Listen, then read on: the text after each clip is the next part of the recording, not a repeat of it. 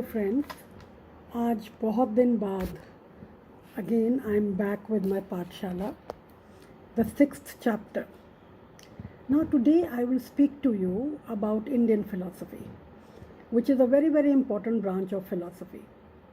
पर इससे पहले कि मैं इंडियन फिलॉसफी के बारे में बात करूं, मैं आपसे एक बात कहना चाहती हूं कि मैंने ये देख रही हूं कि हमारे कुछ एक पर्टिकुलर आइडियोलॉजी के लोग, अगर हम संस्कृत की बात करें, हम इंडियन फ़िलासफ़ी की बात करें, हम अपने एंशिएंट इंडियन टेक्स्ट की बात करें, तो वो कहते हैं कि ये तो सैफ्रनाइजेशन हो रही है. तो ये बात मुझे आज तक समझ नहीं आती कि हमारे जो इंडियन टेक्स्ट हैं, जो कि कितने सालों वर्षों पुराने हैं, if we talk about them then we are being saffronized और वी आर सैफ्रनाइजिंग, जिन्हें हम पढ़ा रहे हैं या जिन्हें हम सिखा रहे हैं. तो ये बात मुझे समझ नहीं आती. तो मैं जिन लोगों से मुखातिब हूँ, आप लोग ये समझें कि जब मैं इंडियन फ़िलासफ़ी की बात कर रहूँगी या अपने एंशिएंट इंडियन टेक्स्ट की बात करूँगी, तो मैं अपने टेक्स्ट की बात करूँगी, इंडियन टेक्स्ट की बात करूँगी. उसमें those texts don't belong to either saffronization और any other critical ideology. They are our Indian texts, which are worshipped, which are used, which are read, and all over the world people have referred to that, people refer to it. So I start with कि हमारे जो सबसे पुराने Sanskrit text, ancient Indian text हैं, वो है वेद. वेद बहुत पुराने हैं और शायद आपको मालूम होगा कि 4 वेद हैं: ऋग्वेद, यजुर्वेद, सामवेद एंड अथर्ववेद. वेद जो है हमारा एंशिएंट इंडियन टेक्स्ट है और आज के अगर दृष्टि में हम देखें तो सबसे पुराना ओल्डेस्ट रिटन टेक्स्ट है. कहते हैं कि they came through a oral tradition. वेदों को श्रुति भी कहा जाता है क्योंकि ये सुने गए थे थ्रू साउंड 100,000 ईयर्स बैक. और सिर्फ 4,000 से 6,000 साल पहले ही ये जो हैं वर्सेस के फॉर्म में, रिटन फॉर्म में हमारे सामने आए हैं. और आप जानते हैं सारी शादियाँ जो हमारे भारतीय तरीके से होती हैं, उन सब शादियों में वैदिक मंत्रों का उच्चार होता है. वैदिक मंत्रों के द्वारा ही शादी संपन्न होती है. तो दे आर वेरी इम्पोर्टेंट. शादी हो, कोई और दुख का इवेंट हो, कोई डेथ हो, हमेशा हर जगह वेदों का श्लोक, वेदों के मंत्र वो का ही उच्चारण होता है. तो वेद जो हैं हमारे बहुत ही इम्पोर्टेंट इंडियन एंशिएंट टेक्स्ट हैं. 4 वेद हैं. 4 वेदों में पता नहीं कितने मंत्र हैं और हर वेद अलग अलग दृष्टियों से बटा हुआ है. किसी वेद में सिर्फ हमें रुचि या हमें ये बताया जाता है कि किस काम को कैसे करें. किसी में ईश्वर की भक्ति के विषय में है, किसी में कुछ और चीज़ें हैं जो कि वेदों के, चारों वेदों में एक तरह से बटा हुआ है. इन चारों वेदों में क्या क्या है अलग अलग वेद में, इसकी बात मैं फिर करूँगी. वेदों को इसलिए हमारी जो भारतीय ट्रेडिशन है उसके अनुसार उन्हें अपौरुषेय कहा जाता है क्योंकि they are not human compositions. They are not human composition. Shruti थी, shruti, what is heard. Vedic mantras are recited like in as prayers. तो फिलॉसफी, इंडियन फिलॉसफी या पूरे इंडियन सब कॉन्टिनेंट में वेदों की बहुत महत्ता है और इनके जो मंत्र हैं उनका भी बहुत महत्व है. अब इंडियन फिलॉसफी में अगर हम आएँ तो इंडियन फिलॉसफी में जो विचारधाराएं हैं, the different schools, there are main 9 schools. They are divided into astik and nastik, that is orthodox and heterodox. अब ये जो डिवीज़न है ऑर्थोडॉक्स और हेटेरोडॉक्स का, ये डिवीज़न जो है ये वेदों को मानने या ना मानने के आधार पर है, या कहिए वेदों की सत्ता को मानने या ना मानने के आधार पर है. जो ऑर्थोडॉक्स स्कूल है वो सब वेदों को ही सुप्रीम मानते हैं, जो वेदों के आधार से ही अपनी बातें आगे कहते हैं. पर जो हेटेरोडॉक्स स्कूल है, नास्तिक, उनको नॉन वैदिक स्कूल कहा जाता है, वो वेदों को सुप्रीम नहीं मानते. जिसमें अगर हम अपने इंडियन फिलॉसफी में देखें तो 3 मेन स्कूल हैं: बुद्धिज़्म, जैनिज़्म और कुछ हद तक चारवाक. ये 3 जो हैं नास्तिक स्कूल हैं. इसके अलावा जो 6 स्कूल बाकी हैं वो है सांख्य, न्याय, वैशेषिक, फिर मीमांसा, वेदांत, ये सब मेन स्कूल है। तो हमारे ये 9 स्कूल हैं जिन्हें कि हम इंडियन फिलॉसफी में पढ़ते हैं। उनकी विचारधाराएं we try to exchange, we try to tell you, because they have talked about not only spirituality, they have talked about epistemology, they have talked about ways of knowing, they have talked about different things relating to the world, relating to life, how we are living, what we are living for. So many things are discussed in these philosophies.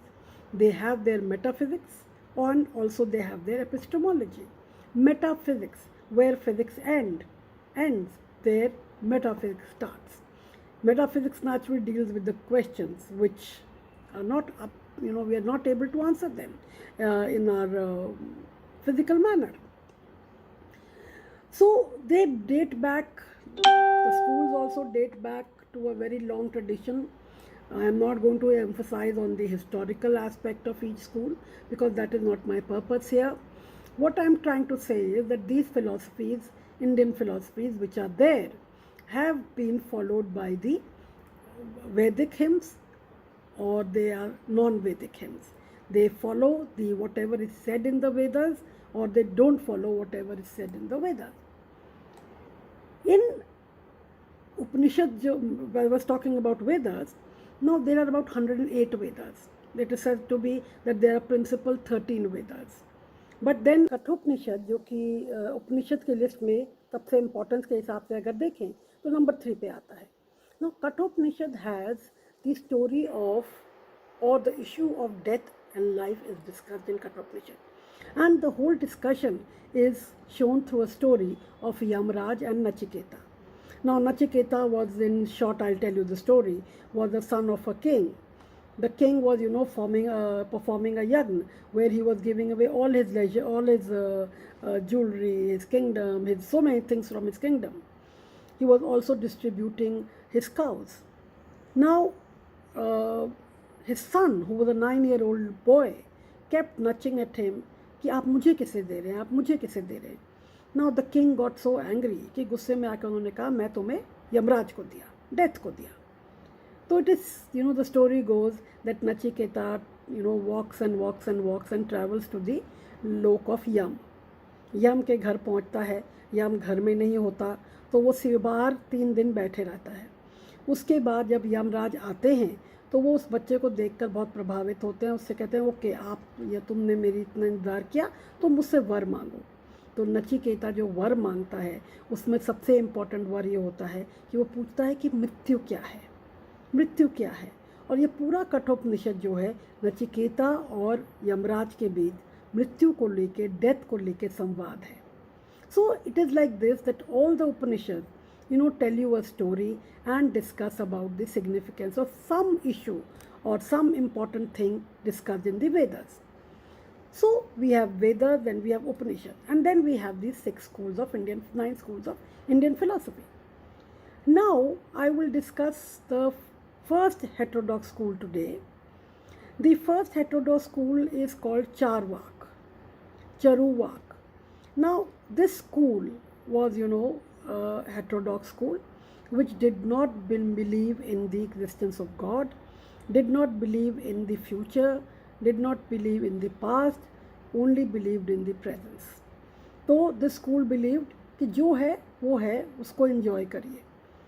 तो उनका अगर हम पूरा एक सार निकालें तो उसमें निकलता है यावत जीवेत सुखम जीवेत ऋणम कृत्वा घृतम पीबेत. तो चारवाक की थ्योरी यही थी कि ऐश करो, आराम से ज़िंदगी जियो और चाहे भीख मांगनी पड़े, चाहे लोन लेना पड़े, पर मज़े से जियो. तो इस तरह की उनकी थ्योरी थी.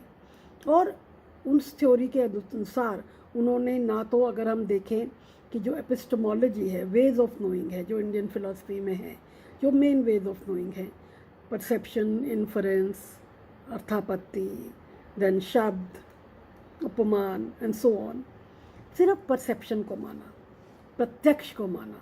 चारवाक ने कहा जो दिखता है बस वही है, जो नहीं दिखता हमें उसका नहीं पता, हम उसको नहीं मानते.